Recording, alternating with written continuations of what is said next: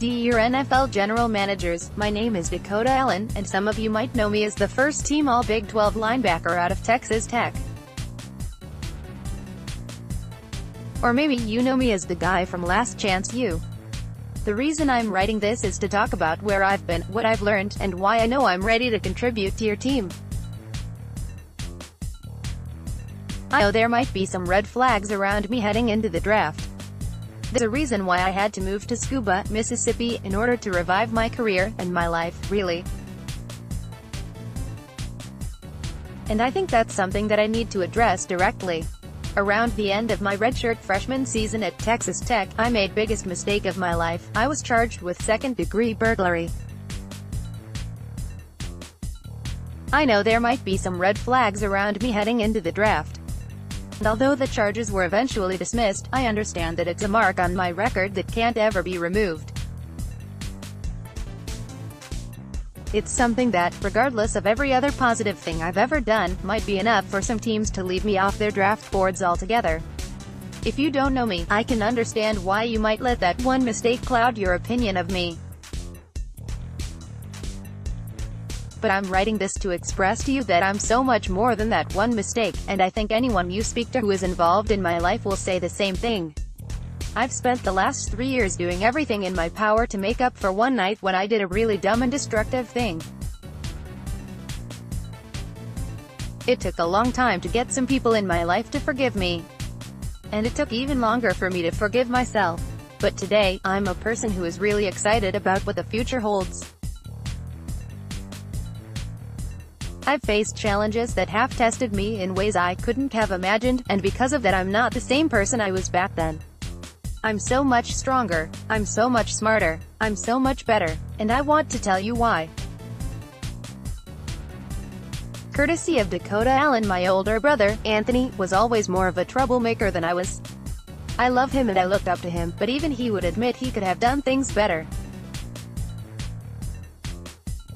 It was because of his decisions that my parents were pretty strict with me while I was growing up.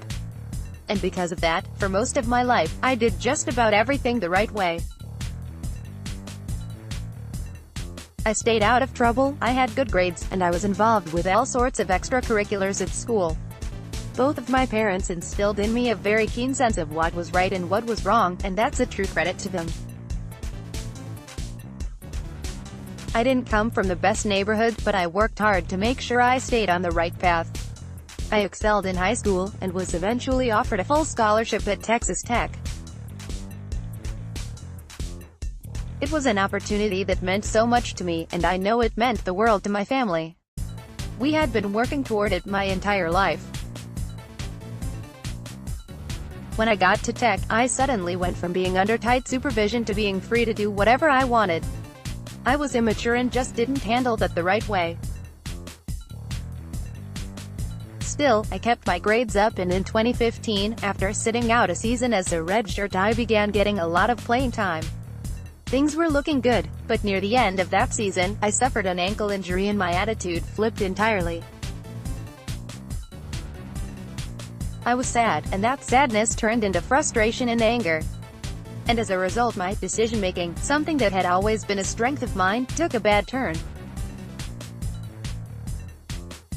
After I was arrested, I lost everything I'd worked so hard to get. I lost my scholarship and I was dismissed from Texas Tech. And as bad as that hurt, what was even worse was what it did to my family.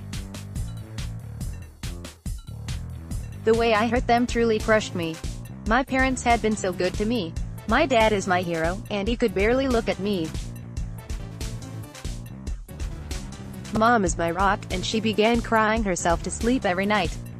I was facing serious time for what I had done, and despite their disappointment, my parents did everything they could to get me the representation I needed to stay out of prison. Through the grace of God, my charges were dismissed. From the moment I heard the news, I knew that what I had been given was something so incredibly rare that I couldn't waste a second chance. I play a sport where there aren't a whole lot of second chances. I don't come from a place where people usually get them. So I knew the only way back was for me to change everything. When I was at my lowest, the person I sought out for guidance was Anthony. He didn't look down on me for what I had done. He'd made mistakes in the past, but he turned his life around. He had put his past behind him and had started a business and a family. And when I needed him most, he was my guardian angel. I'll never forget when I was having a conversation with him and I just broke down over the fact that football, the thing that made me happiest in this world, seemed to be over for me. As I went on feeling sorry for myself, he stopped me. Football, the thing that made me happiest in this world, seemed to be over for me. Come on, brother, he said. That's just not true. And then he looked at me and said, you were meant to play football. He was right.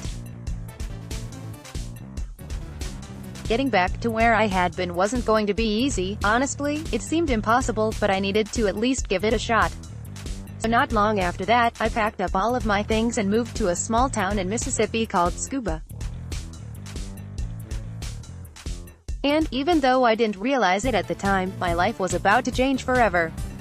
I get asked quite a bit what it was like to have watched a portion of my life unfold on TV.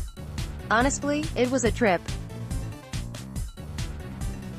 On one hand, I think the show did a pretty good job portraying the type of person I am. It captured some very real moments. But on the other hand, it was difficult to watch everything knowing the state I was in while I was there. One of my most vivid memories from that season at East Mississippi Community College wasn't even on the show.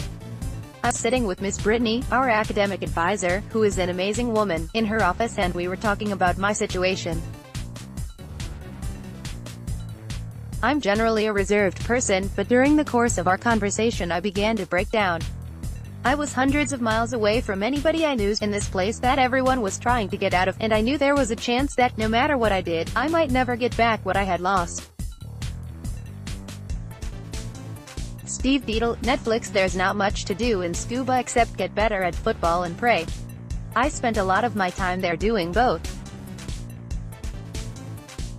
In fact, I think it was finding my faith while I was there that truly helped me turn things around and start the process of forgiving myself.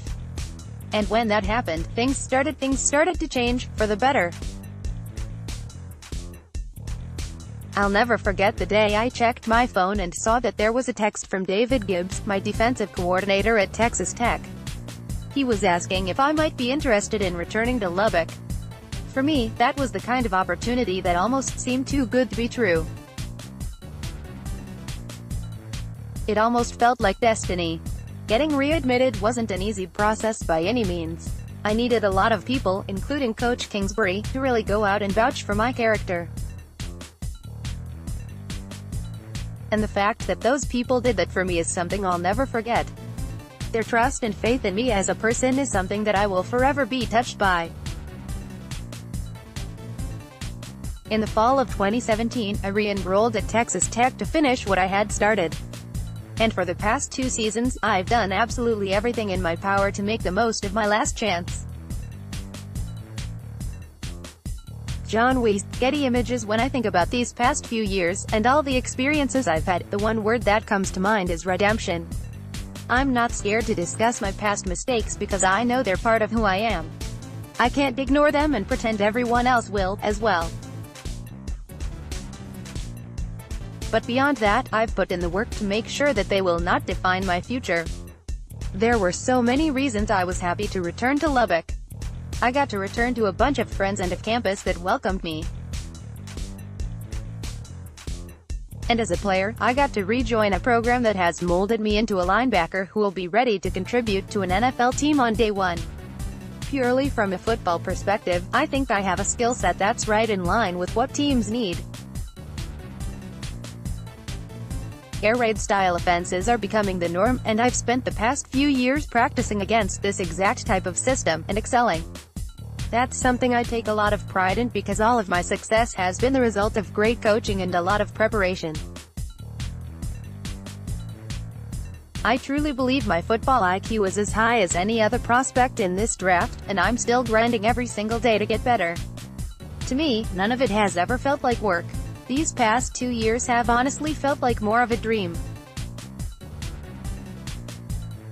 Almost losing football made me appreciate it in a way I never had before. It motivated me to take it as far as I possibly can, for my family and for myself. After I returned to TAC in 2017, before I even took the field, I was voted a team captain.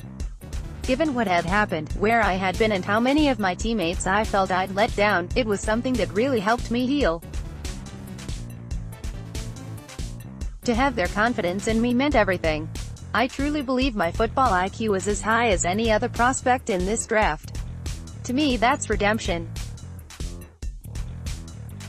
It reminded me that I'm destined to be remembered as more than just a player who was kicked out of Texas Tech, or some kid who appeared on a Netflix show. I know that the best chapter of my story is still waiting to be written. And I hope it's with your organization. Sincerely, Dakota Allen.